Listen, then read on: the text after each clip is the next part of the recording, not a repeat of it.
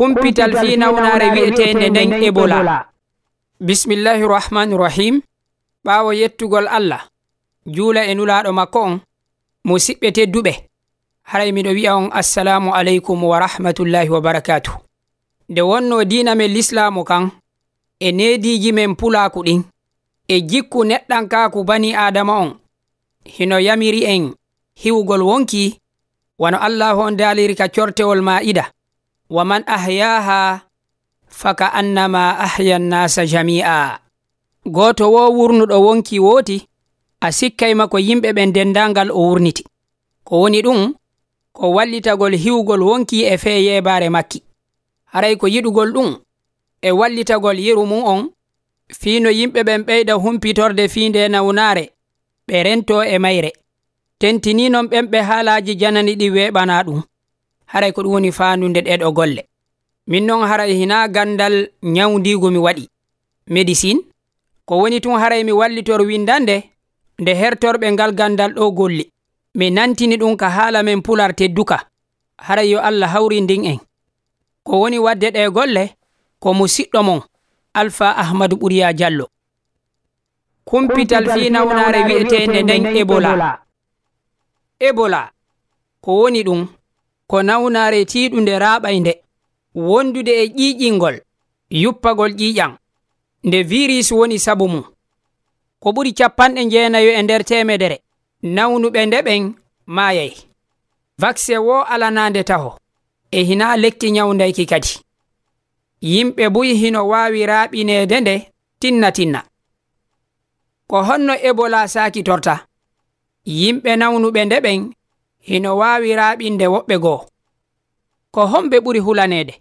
Yimɓe ɓurɓe ɓen hulaneede ko ɓeyngure nden e nyawndooɓe ɓen e gollooɓe fee maɓɓe. Fure mayɗo e mum kadi hino waawi sakitude nde ko wattugol yiila fota. Wota a lootu fure on, wota a meemumo ma lunnoɗaamo. Ko honno Ebola wa'i maandeji mum ɗin?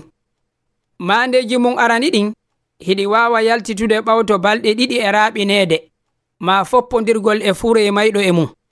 Ɗin non ko wano wulugol ɓandu ndun, ronkere, muusu hoore, awƴeede tuure. Maandeji hikkotoɗi ɗon ɗin, tuutugol hino waawa hara hino wondi e ƴiiƴam, dogudu reedu hino waawa hara hino wondi e ƴiiƴam, ɗoyru hino waawa hara hino wondi e ƴiiƴam, ƴiiƴingol yuppagol ƴiiƴam ka kine wano tuƴƴugol e ka hunduko. Maande sakkitorde nden nawnugol fota, hiɗo waawi nawnude fota. Maayugol hino tañƴina, ko ɓuri heewugol e yimɓe ɓe Ebola raaɓata ɓen maayay. Rentagol e hiwitagol. Ko honno warroton haa hara Ebola raaɓaali on e ballal Allah, ko wota on hawru e mayre dey. Hiɗo waawi hawrude e Ebola immorde e nawnuɗo nde ma maayirɗo sabu mayre. Haray woɗɗiteeɓe ɗiɗo non fota. Wota on foppo dey kala raaɓaaɗo ma raaɓinaaɗo e hina ko yaltata kon e makko, wano ƴiiƴam, tuure e soɓe e tuƴƴam e bawle. Wota on foppo dey fure, sabu fure kadi sakitay virus on. Haray himo haani surreede wondude e rentaare mawnde, woɗɗite fota. Rentaare loote juuɗe monɗen sowndo wo huutoron saabunde.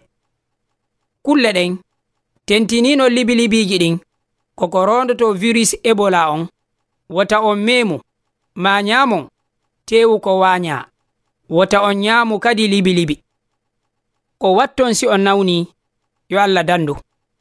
Si on heɓi ɗi maandeji ɗo, wulugol ɓandu ndun, ronkere, muusu hoore, awƴeede turre, tuutugol hino waawi hara hino wondi e ƴiiƴam, dogudu reedu hino waawi hara hino wondi e ƴiiƴam, ɗoyru hino waawa hara hino wondi e ƴiiƴam, ƴiiƴingol yuppagol ƴiiƴam ka kine wano tuƴƴugol e ka hunduko.